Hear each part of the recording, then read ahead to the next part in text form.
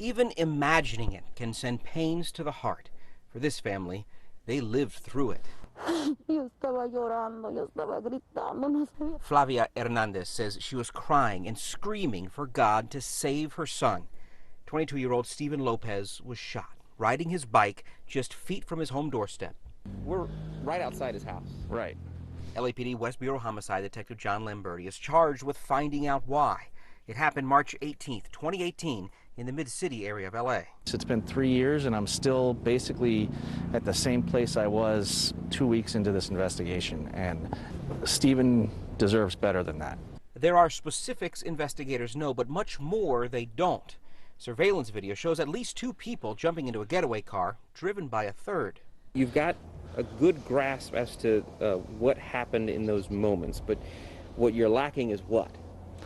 What I'm lacking is an identification of the people who were responsible for this. Sometimes I want them to feel my pain, you know? Stephen's sister Liana doesn't remember hearing the shots that night, but she can't forget one arm cradling her little brother as he gasped for air, the other cradling the call to 911.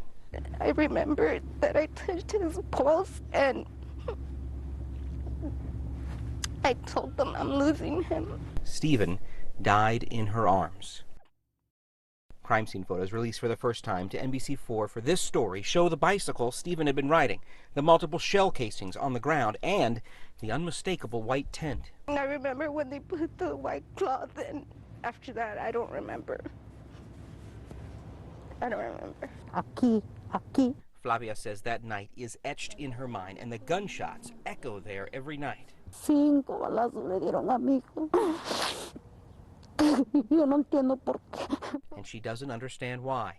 She says a brain tumor as a child left Stephen with a scar on his head he'd always try to hide with a beanie, and epileptic seizures his whole life left him with a scar on his shoulder from one of the many surgeries, so he'd wear baggy clothes. They were out looking to kill somebody that night, and unfortunately, Stephen was dressed in such a way that he sort of resembled what a gang member might look like.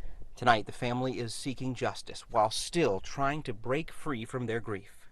I'm not gonna lie, I was mad at God. When you lose someone, your faith sometimes turns around, you know? You get so mad at God that you're like, why did he take his life? In Mid-City, John Callis Klimak, NBC4 News.